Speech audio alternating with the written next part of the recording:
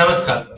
Base metal weekly outlook में आपका स्वागत है। बेस मेटल पैक की अगर हम बात करते हैं तो पिछला हफ्ता काफी मिला-जुला और नेगेटिव भरा रहा। जिन से हमने देखा डेटा पॉइंट अगर हम देखें चाइना से वो काफी नाकाम रहे हैं प्राइसेस को सपोर्ट करने के लिए, जबकि ये माना जा रहा है कि जो सप्लाई कंसर्न्स है वो कहीं ना कहीं प्राइसेस को अपलिफ्ट करता हुआ दिखाई देगा। तो सबसे पहले कॉपर, जहाँ पे हमने 1.25% की बड़ी गिरावट देखी और प्राइसेस फिर से 710 के करीब पहुंच चुका है। वहीं जिंक के अंदर हमने सप्लाई डिस्टर्बेंस के चलते एक अच्छी खासी तेजी देखी, लेकिन प्राइसेस 230 का लेवल ब्रीच नहीं कर पाया और अब 220 के नीचे आ चुका है। लगभग पिछले एक हफ्ते में 3.5% की बड़ी गिरावट देखी है।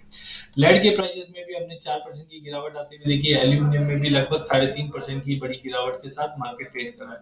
मुख्य कारण की अगर हम बात करें तो चाइना का जो इकोनॉमी आउटलुक अपडेट आया है वो कहीं ना कहीं थोड़े से कंसर्न है, जिसके चलते हमने देखा है कि पूरे बेस मेटल पैक पे दबाव मिला है। मूडीज की भी अफर्मेशन है कि चाइना की जो रेटिंग है, क्रेडिट रेटिंग है वो A1 है, बट रिवाइज हो सकती है स्टेबल से नेगेटिव, जिसके चलते भी पूरी बेस मेटल पैक में हमने दबाव देखा। चाइना के मैन्युफैक्चरिंग PMI अनएक्सपेक्टेड नवंबर 1 में बढ़े हैं, जो बताया जा रहा है कि रेज कर रहा है कि मैन्युफैक्चरिंग सेक्टर में कहीं ना कहीं एक पिकअप मिल सकता है, क्योंकि चाइनीज न्यू ईयर से पहले हम ज्यादा करके ऐसे मूव देखते हैं।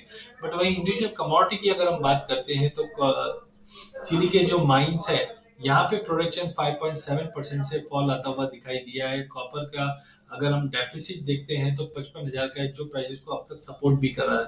अगले हफ्ते के लिए हमें लगता है कि कॉपर में एक मिला जुला ट्रेड करता हुआ दिखाई देगा, जो 707 से लेकर 713 के बीच में ट्रेड करेगा।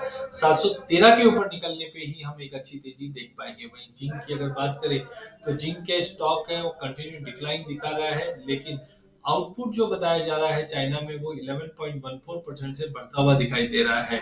कहीं ना कहीं ग्लोबल जिंक मार्केट स्विंग हुआ है डेफिसिट के अंदर, जिसकी वजह से प्राइस को अपलिफ्ट भी मिला था। तो टाइमिंग हमें लगता है 216 से 224 का एक ब्रॉडर रेंज रहेगा। अगले हफ्ते के लिए 216-17 के जोन में हम जिंक को लेके चलेंगे। वहीं अगर एल्यूमिनियम की अगर हम बात करते हैं तो एल्यूमिनियम में अगर हम बात करें आउटपुट में बढ़ोतरी आई है 3.9% की, जिसके चलते प्राइसेस के अंदर हमने एक दबाव बनते हुए देखा है। नो डाउट चाइना से जब तक कोई कंफर्मेटिव बाइंग नहीं आती है प्राइसेस एक सीमित दायरे में जरूर है, बट 200 के नीचे एल्यूमिनियम जाता हुआ नहीं दिखाई दे रहा। 200 से 205 के बीच में एल्यूमिनियम ट्रेड करता हुआ दिखाई देगा। तो कुल मिला के पूरे बेस मेटल में मार्केट साइडवे रहने की उम्मीद है। सप्लाई कंसर्न्स की वजह से प्राइसेस को कहीं ना कहीं अपलिफ्ट मिलता हुआ दिखाई दे सकता है। धन्यवाद।